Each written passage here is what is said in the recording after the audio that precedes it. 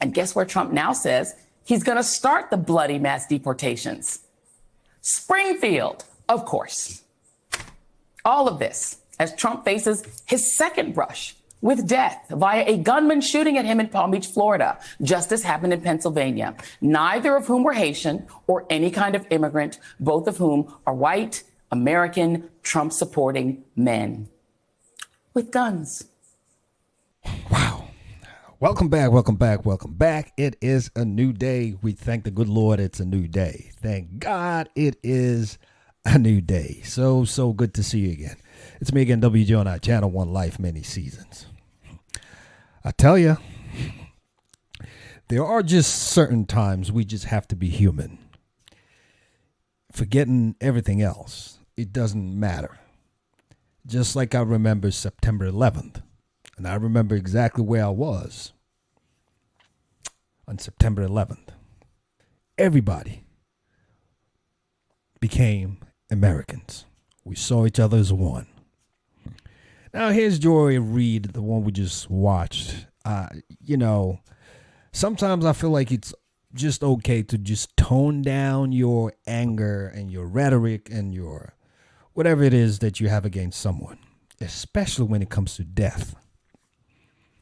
Remember, we only got one life. Death only comes once. There is no replacement. So I am not sure. But I am glad Chris Cuomo, I didn't expect that, actually called Donald Trump on the phone after the second attempt of his assassination. That was quite impressive. I really commend him for doing that. And then he goes on to really call out people that were just not human, just inhumane about the whole thing. I'll just go in. Please listen, watch. Please put your comments in the comment section below. Let us talk about this. And that is what I see that really bothers me. And the reaction and the lack of reaction to the second attempt on Trump in the last couple of months. Oh, but the guy didn't even shoot. What if it was your father? Or what if it was Kamala Harris or President Biden? God forbid. You think that it would be almost a shoulder shrug and more of talk about the Secret Service and allocation of funds than just how crazy it is that this is what's happening in our country? That reaction of, well, come on, don't make too much of it. He had an AK-47 pointed at him. The reaction is unacceptable. And it's the second time media and political players have gotten away with playing down what should be a cause for panic. Elon Musk, I'm a believer in this guy's potential, okay? Now, he hasn't learned that erasing a tweet doesn't make it go away. It only shows that he knows what he said was stupid. And that is what hinting about targeting Harris is. It's stupid.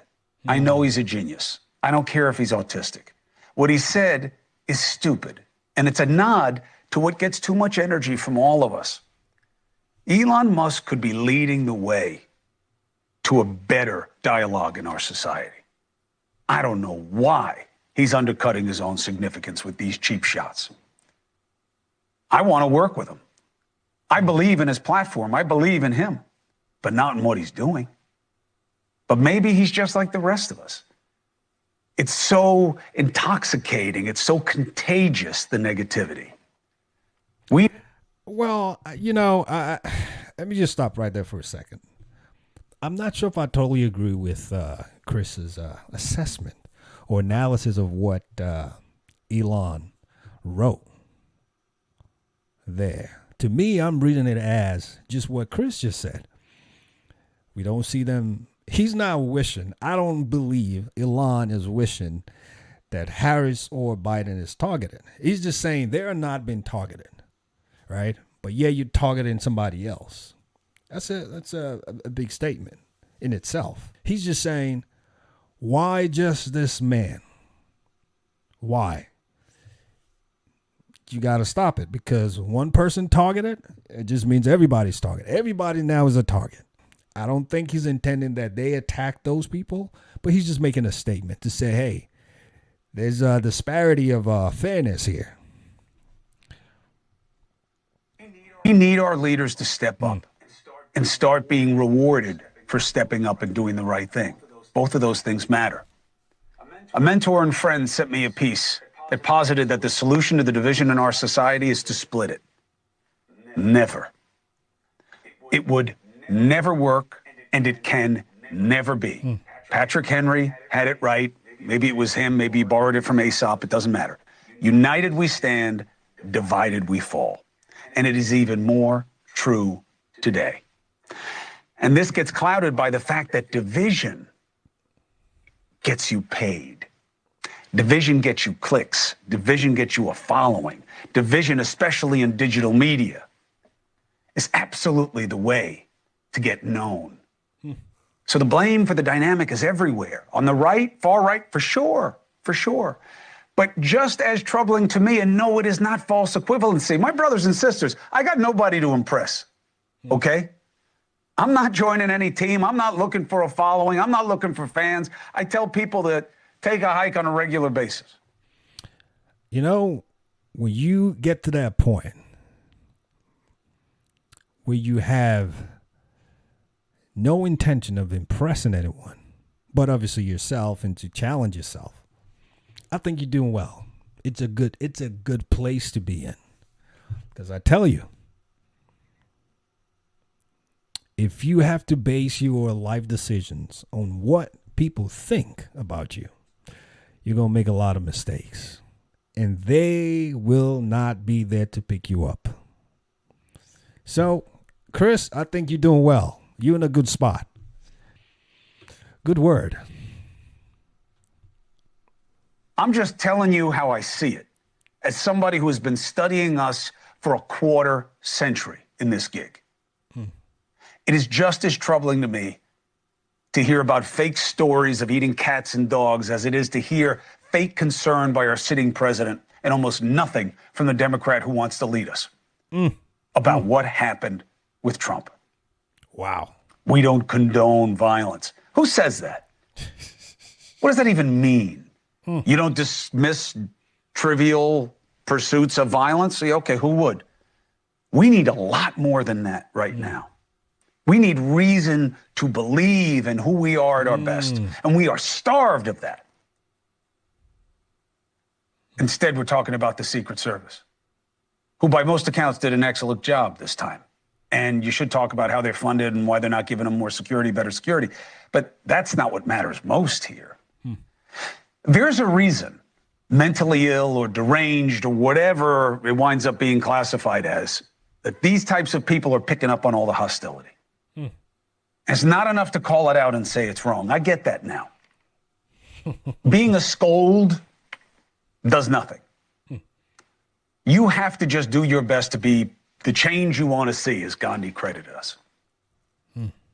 So, after waiting for a real message, looking around the media, being disappointed again, that everybody just wants to kind of parse out, who's to blame? Who's to blame? I mean, don't you think that you should, and don't you think that you should, and nobody's doing this. But this is the only thing that's going to change it. Okay? And look, I hear what Trump is saying. Trump blames the Democrats and their attacks on him as a threat to democracy for the violence directed toward him. He then says that they are the real threats to democracy. So if it's wrong that they're threatening him that way by calling him that, why would he call them that?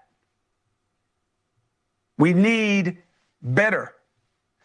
And I keep seeing use of the word hate everywhere in our politics. Trump hates Taylor Swift. Democrats hate him, want him eliminated. So, here's what I did.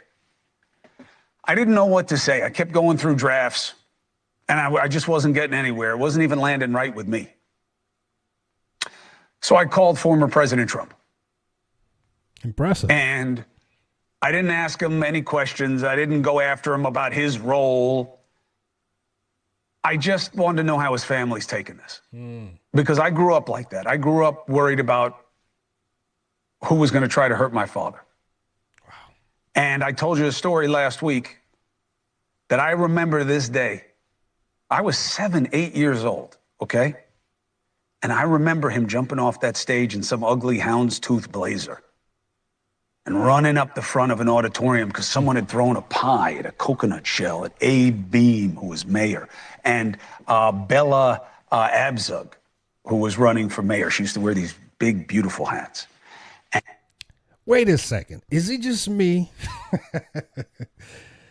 But Chris is really starting to look like his brother, Andrew. Is it just me? Please put that in the comment section below. I don't know. For some reason, I'm listening to him talk.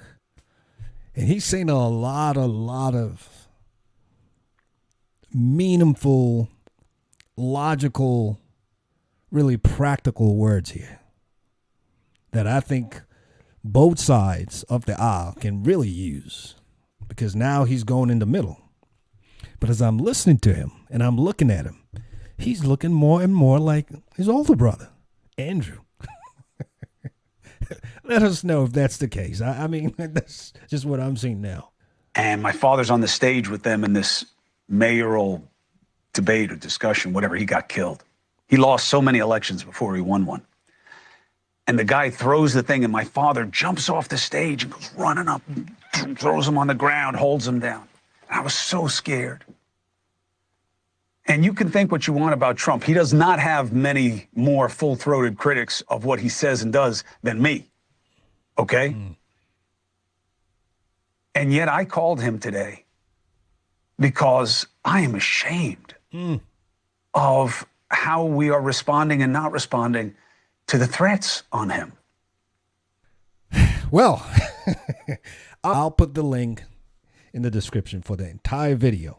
But I just wanted to play that a little bit because I think we really need that today. There's got to be a point in time when it doesn't really matter whether you're red, you're blue, you're black, you're white. We can come together amidst of all of this rhetoric and all of this differences. Because at the end of the day, death is no respecter of anybody. I wonder what would have happened, God forbid, and thank God it did not happen, if President Trump had been hit the first time. What state will the country be in today? I can only imagine, but thank God that was not the case. And now the second time. I totally agree with Chris here. There's got to be a point in time we got to drop all of this hate, anger, and just be human. Please. Can we just be human? Thanks for stopping by again. Please like, comment, share, and subscribe. Please like, comment, share, and subscribe. I'll be coming back with more pieces. You know how we like to close this out. We just like to remind ourselves once again that we always remember that we got one life with many seasons. God bless you, and I'll see you soon. You take care now. I'll see you later. Bye for now.